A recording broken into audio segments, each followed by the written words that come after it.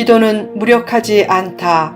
두 번째, 요한계시록 8장 1절에서 5절 말씀. 전편에 이어서 계속됩니다.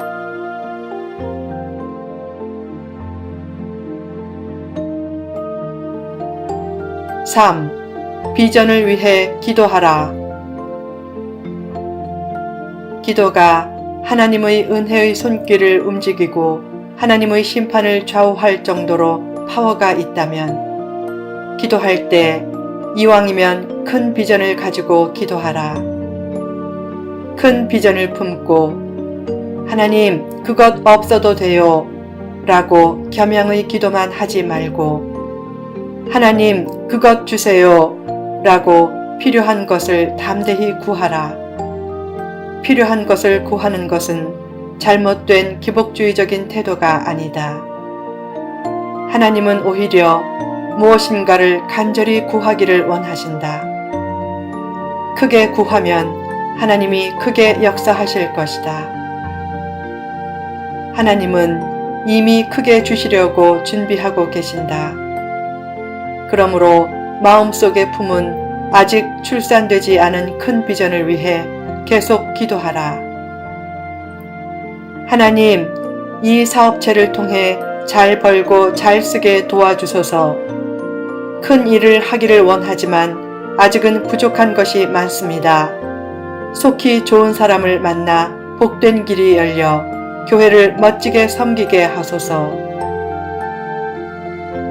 그렇게 선한 비전을 가지고 기도하면 마침내 그 비전이 이루어지는 꿈같은 역사가 나타날 것이다. 비전을 스스로 제한하지 말라. 큰 기업을 일으키고 행복한 가정을 이루고 끊어야 할 것을 끊기를 원했는데 때로는 그 소원대로 되지 않아서 낙심할 수도 있다. 그래도 기도를 포기하지 말고 꿈과 비전을 위해 계속 기도하고 그 기도가 이루어질 것을 믿고 나가라. 그러면 하나님의 능력과 역사가 반드시 나타날 것이다. 어떤 성도는 너무 신사적이어서 이렇게 기도한다. 큰 일을 하셔야 할 하나님을 제 문제로 인해 너무 신경 쓰게 하고 싶지 않습니다. 그저 하나님 뜻대로 하소서. 그런 태도가 능력이 제한된 사람과의 관계에서는 좋을 수 있어도 전능하신 하나님과의 관계에서는 좋은 태도가 아니다. 하나님께 가장 큰 일은 다른 어떤 일도 아닌 바로 우리와 관련된 일이다. 하나님은 우리를 눈동자처럼 소중히 여기신다. 그 하나님이 사랑하는 자녀에게 좋은 것을 주기를 원하신다는 사실을 믿고 담대하게 비전 성취를 위해 기도하라.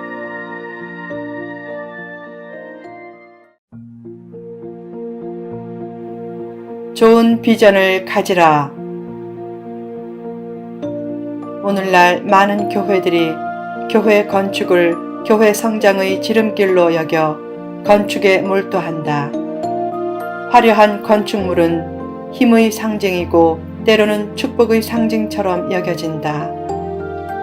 그래서 사람들이 건축된 교회로 몰려들지만 점점 그에 대한 비판과 반발도 커지면서 교회의 이미지가 후퇴하고 있다.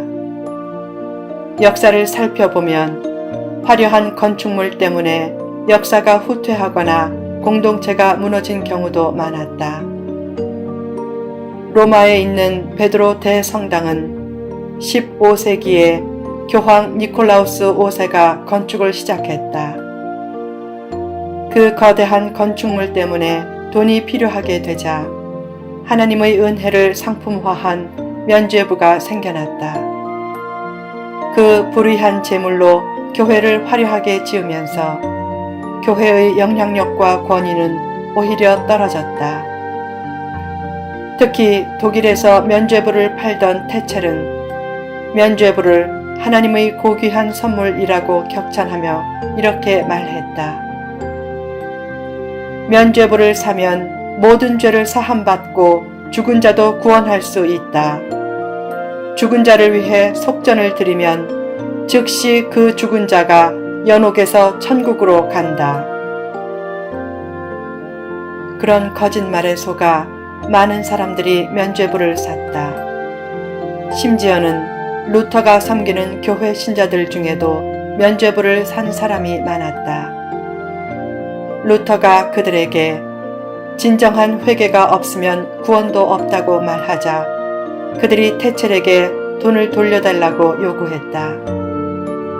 그때 테첼은 무서운 저주를 퍼붓고 거리에 불을 피워놓고 소리쳤다.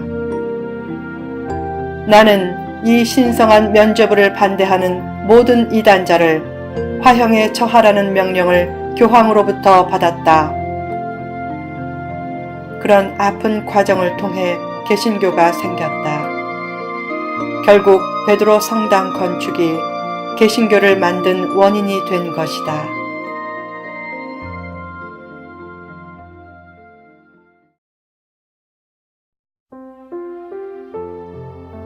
화려한 건축물은 역사적인 아픔과 갈등의 전조가 될 때가 많았다. 역사상 수많은 왕조도 화려한 왕궁을 짓고 나서 망했다. 왜 일본 경제가 계속 어려운가? 경기를 살려보겠다고 불필요한 건축사업과 토목사업에 막대한 재정을 쏟아부었기 때문이다. 모든 사업은 투자에 상응한 이윤과 공리가 창출되어야 하는데 일본에서는 몇백억의 막대한 재정을 들여 통행인이 거의 없는 다리를 놓을 때도 많았다. 자기 돈으로 사업하면 절대 그런 일을 안 할 것이다. 그처럼 나라 재정을 방만하게 운용해서 경제가 더 어려워진 것이다. 꼭 필요하면 교회 건축을 해야 하지만 내용이 부실한 화려한 건물은 오히려 점진적인 쇠퇴를 부를 수 있다. 100년 전 영국 교회가 크게 부흥하면서 대형 교회 건물들이 많이 생겼지만 지금은 그 건물들이 술집으로 바뀐 경우도 많다. 그런 전철을 밟지 않도록 하나님이 주신 물질을 잘 쓰는 문제를 위해서도 간절히 기도해야 한다. 몇백억 원의 건축비가 얼마나 큰 돈인가. 그보다 훨씬 적은 비용만 있어도 이룰 수 있는 가치 있는 일들이 많다. 요새 좋은 일에 동참하길 원하는 사람들이 의외로 많다. 그냥 가만히 있지 말고 찬란한 비전을 위한 동력자를 적극적으로 찾아보라. 필자도 그런 문제를 놓고 기도하면 하나님이 다음과 같은 음성을 주실 때가 많다. 이 목사야, 나만 믿고 찬란한 비전을 위해 계속 준비해라. 내가 준비하고 있는 비전을 위해 내가 준비한 사람이 있다. 비전이 클수록 하나님의 은혜로운 역사를 예비하는 기도가 있어야 한다. 거룩한 꿈과 비전을 위해 드린 기도는 결코 헛되지 않다. 기도는 무력한 도구가 아니라 능력의 도구다. 현재 힘이 없는 사람이 무엇을 하겠는가? 그때는 결국 기도밖에 없다. 그런데 나중에 보면 기도가 최상의 힘이었음을 깨닫게 된다. 기도하면 신기하게 길이 열리고 오직 시기가 문제가 될 뿐 언젠가는 반드시 기도한 대로 이루어진다.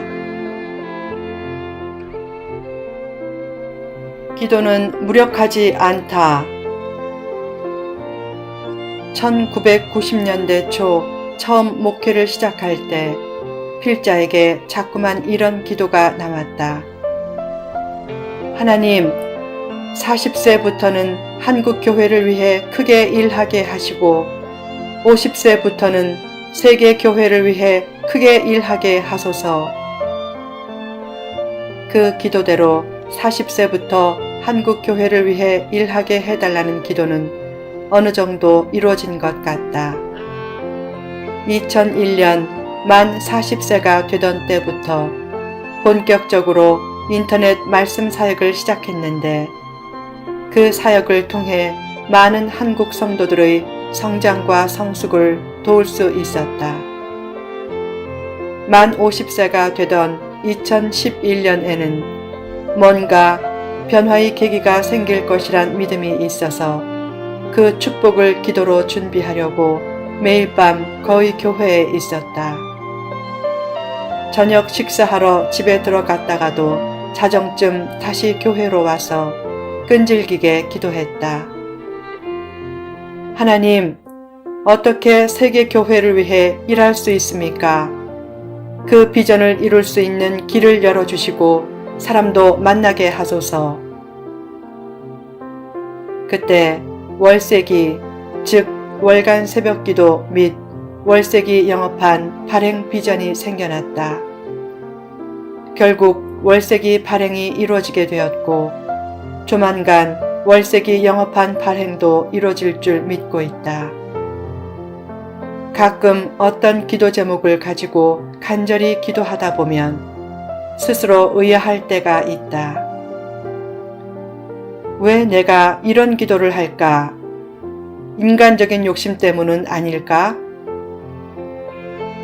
그런데 시간이 오래 흘러도 기도 제목이 흐려지지 않고 더욱 뚜렷해지기만 하는 기도는 결국 신기하게 응답된다. 당장 눈앞에 열매가 없어도 찬란한 미래를 꿈꾸며 계속 기도하면 생명의 빛이 환하게 비치듯이 조만간 길이 열리고 창조적인 지혜도 생기고 축복의 문도 활짝 열릴 것이다. 기도는 만사를 변화시키고 사태를 역전시킨다.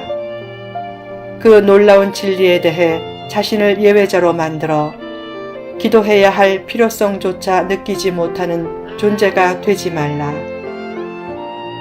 자기 뜻대로 응답되지 않아도 기도는 기도하는 자기 마음을 변화시켜 현재의 상황을 가장 잘 대처하게 만든다.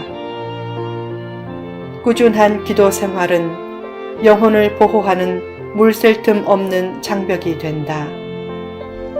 하나님은 기도를 통해 역사하신다. 많이 기도하면 많이 역사하고 적게 기도하면 적게 역사하신다. 간절히 기도하면 우연은 필연이 된다. 기도는 결코 무력하지 않은 지상 최대의 힘이다.